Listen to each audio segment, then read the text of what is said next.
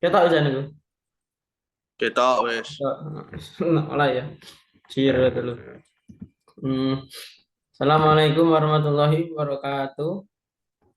Perkenalkan kami dari anggota kelompok kelas B mata kuliah Internet of Things atau IoT yang beranggotakan yang pertama dengan NIM 2020-51-133 Mas Muhammad Naufal Hisam, yang kedua 2020-51-128 Ahmad Ferry Imroni, dan yang ketiga 2020-51-122 Ahmad Wahyu Muzaki, dan terakhir 2020-51-106 Muhammad Ramadan. Kita di sini akan mendiskusikan beberapa tugas yang kemarin sudah dikerjakan, yang mana akan membahas tentang jurnal mengenai yang pertama protokol AMQP, yang kedua protokol ZigBee, yang ketiga protokol komunikasi 6LoWPAN dan RFID, yang keempat protokol komunikasi wireless HART dan NFT MSG, dan yang kelima protokol komunikasi Bluetooth dan Piconet, dan yang terakhir protokol komunikasi Z-Wave dan ISA. Yang pertama kita akan membahas jurnal yang mana kita sudah mencari mengenai protokol AMQP, yang mana akan disampaikan oleh Mas Muhammad Naufal Hisam. Ya, Mas Muhammad Naufal Hisam, kami persilahkan.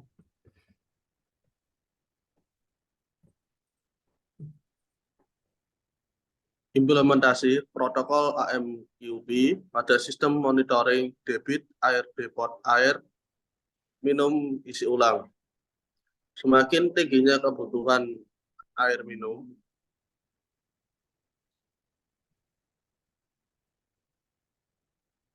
berbanding lurus dengan meningkatnya jumlah industri depot air minum isi ulang.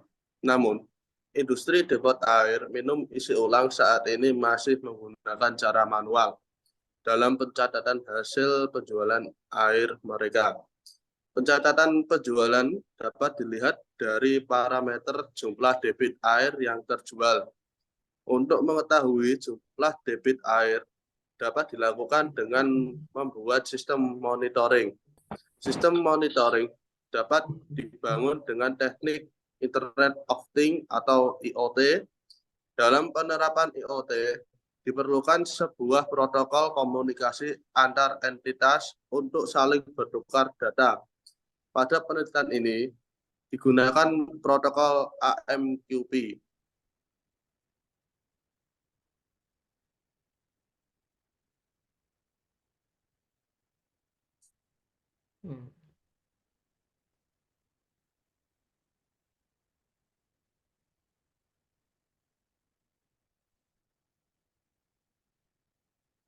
Selanjutnya, kita menggunakan Advanced Messenger Queuing Protocol.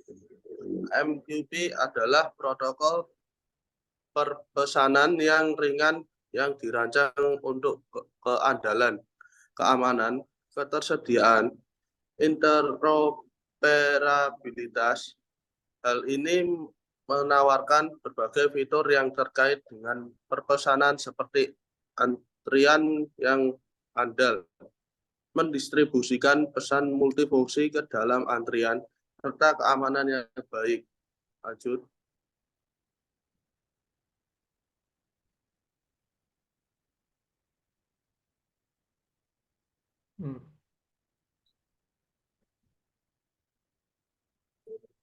Setelah implementasi perangkat keras selesai, selanjutnya implementasi perangkat lunak.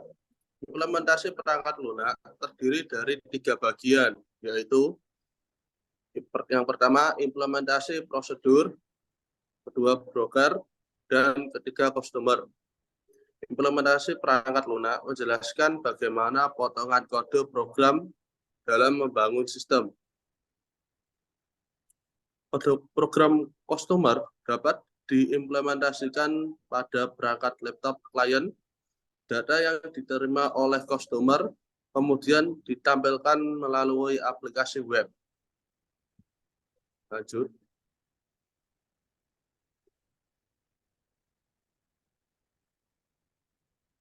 Implementasi dimulai dengan implementasi perangkat keras berupa implementasi rangkaian.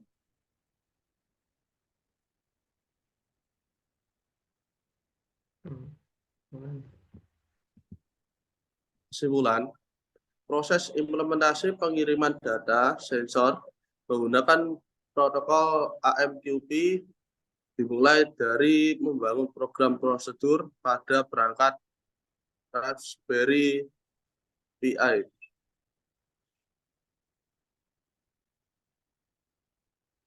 Akurasi pengambilan data debit air menggunakan sensor water flow terbilang baik. Dengan selisih perbedaan nilai debit air pada water flow meter dengan gelas ukur sebesar 1,65%, nilai debit air yang dibaca oleh sensor tidak berbeda jauh dengan jumlah debit air dari gelas ukur.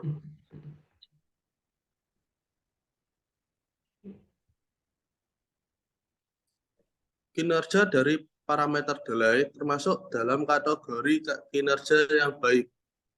Nilai kinerja delay menunjukkan bahwa protokol AMQP baik untuk sistem yang membutuhkan pengiriman data bersifat real time. Oke, sudah untuk protokol AMQP kita jurnalnya dari Jurnal Pengembangan Teknologi Informasi dan Ilmu Komputer pada tahun 2022. Terima kasih kepada Mas Muhammad Malisam. Kemudian untuk yang kedua kita akan membahas tentang protokol komunikasi IEE, I3, dan ZigBee. Untuk jurnal kita mengambil protokol yang ada kaitannya dengan protokol ZigBee. Untuk penjelasan kedua akan disampaikan oleh Mas Muhammad Tegar.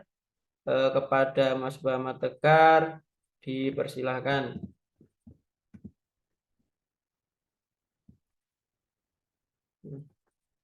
Mas Tegar.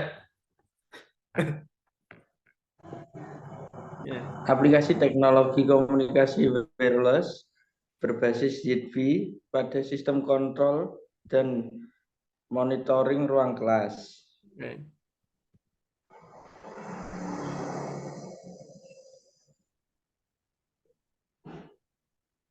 Pendahuluan.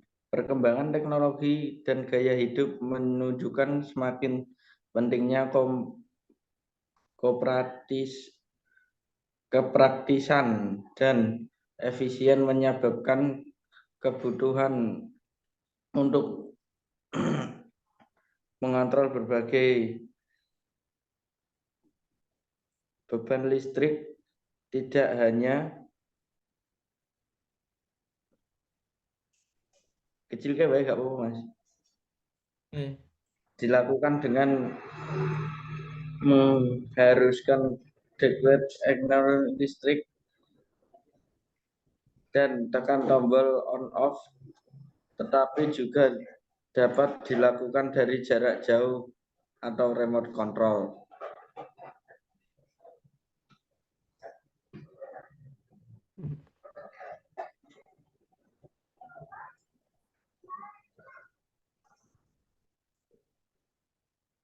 ZigBee adalah protokol jaringan nirkabel yang ditargetkan untuk otomatis dan aplikasi remote control dengan teknologi data rate, konsumsi daya rendah dan murah. ZigBee diharapkan dapat memperkecil biaya dan menjadi konektivitas berdaya rendah untuk peralatan yang memerlukan baterai untuk hidup selama beberapa bulan sampai beberapa tahun, tetapi tidak memerlukan kecepatan transfer data tinggi seperti Bluetooth.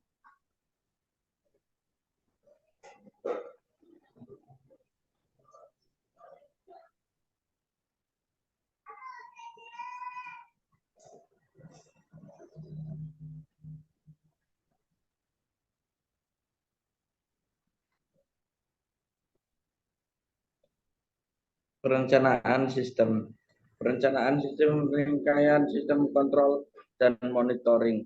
Pada perencanaan sistem ini menggunakan beberapa aplikasi yang saling berhubung satu sama lain dengan Arduino Uno sebagai pengatur dan pengendalian seluruh perangkat pada sistem kontrol dan monitoring. Prinsip kerja dari sistem aplikasi ini digunakan sebagai security, monitoring, controlling, and automation, dan masing-masing ruang perkuliahan di dalam kampus. Monitoring tersebut dilakukan oleh sensor yang diaktifkan pada saat program aplikasi dijalankan.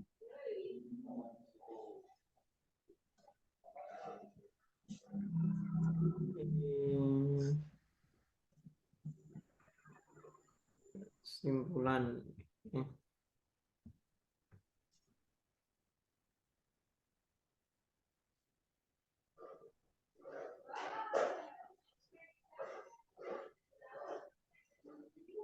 Kesimpulan, berdasarkan penelitian yang telah dilakukan, dapat diambil kesimpulan bahwa telah berhasil direncanakan sebuah sistem kontrol dan monitoring secara nirkabel dengan XBee pada ruang kelas. Pengujian komunikasi data pada XBee yang telah dilakukan dari luar ruangan outdoor area didapatkan hasilnya sampai dengan jarak 60 meter. Sedangkan komunikasi antara Arduino Uno dengan XBee dan juga modul XBee berjalan dengan baik yang difungsikan sebagai kontrol dan monitoring. Sementara jarak dan kecepatan pengiriman data dipengaruhi oleh kekuatan sinyal XBee/S2 melalui jaringan nirkabel yang digunakan sebagai media transaksi data.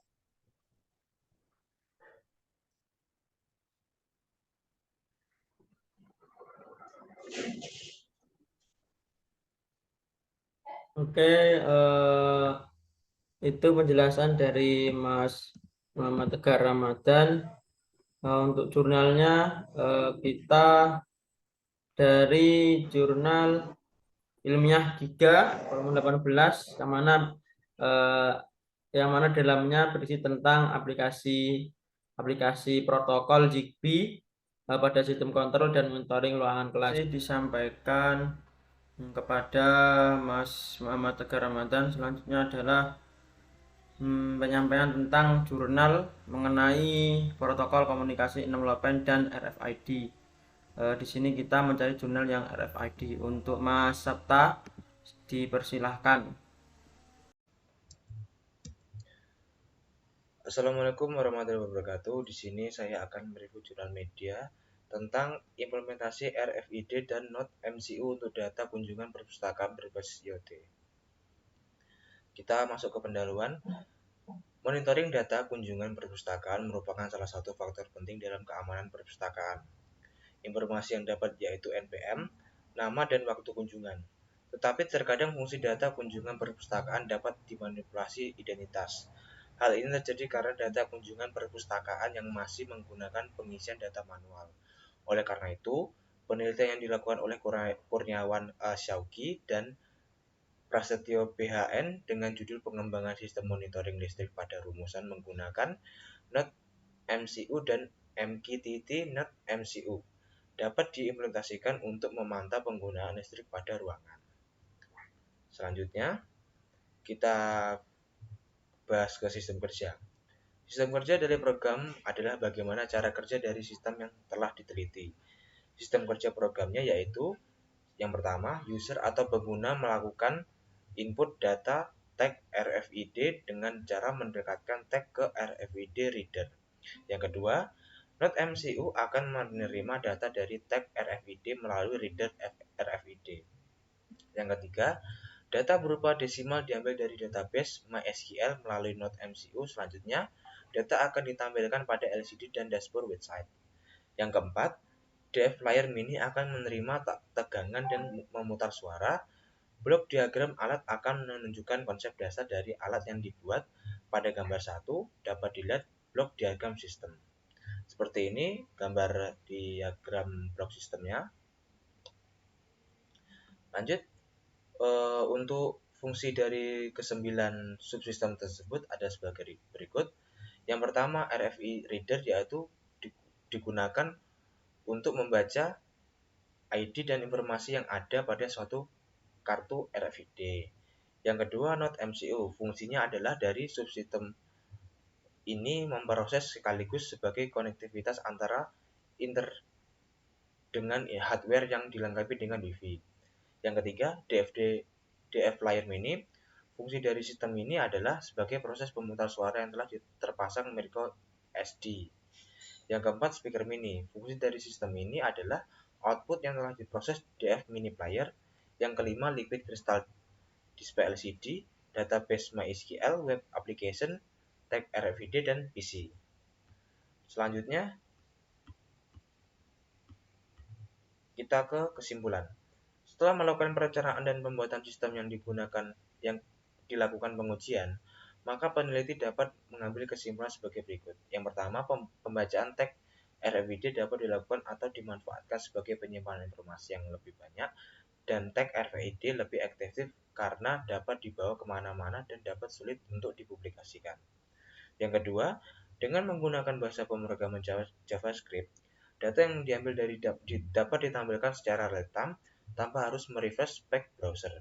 Dan yang terakhir, komunikasi dalam mengirim data ataupun menerima data tergantung dari kecepatan internet.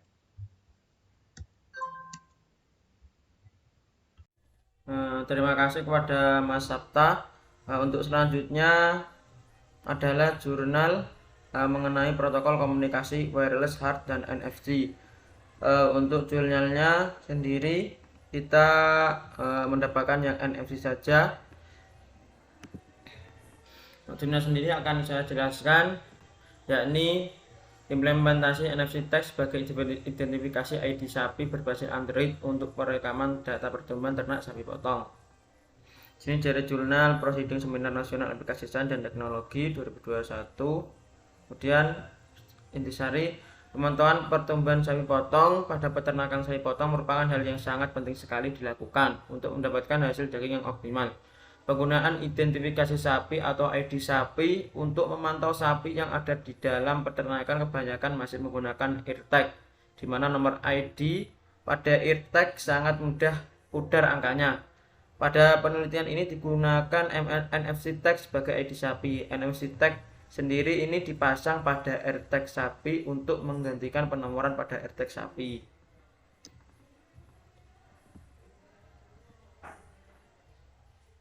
Adapun implementasi dari sistem yang dibangun terdiri dari 3 bagian, yaitu NFC tag, aplikasi NFC, Cow berbasis Android, dan aplikasi monitoring database melalui web. Kemudian ada kesimpulan dari jurnal ini adalah pertama, NFC tag dapat diimplementasikan pada eartag sapi sebagai identifikasi sapi pada peternakan sapi. Yang kedua, aplikasi NFC Cow dapat digunakan untuk merekam data pertumbuhan sapi potong yang ada pada peternakan sapi potong dengan NFC tag sebagai identifikasi dari sapi potong tersebut.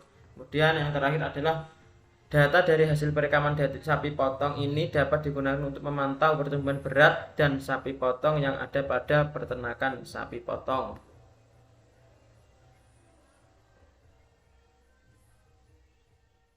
Kemudian untuk penjelasan jurnal selanjutnya akan dijelaskan oleh Mas Yaki. Kepada Mas Yaki dipersilahkan.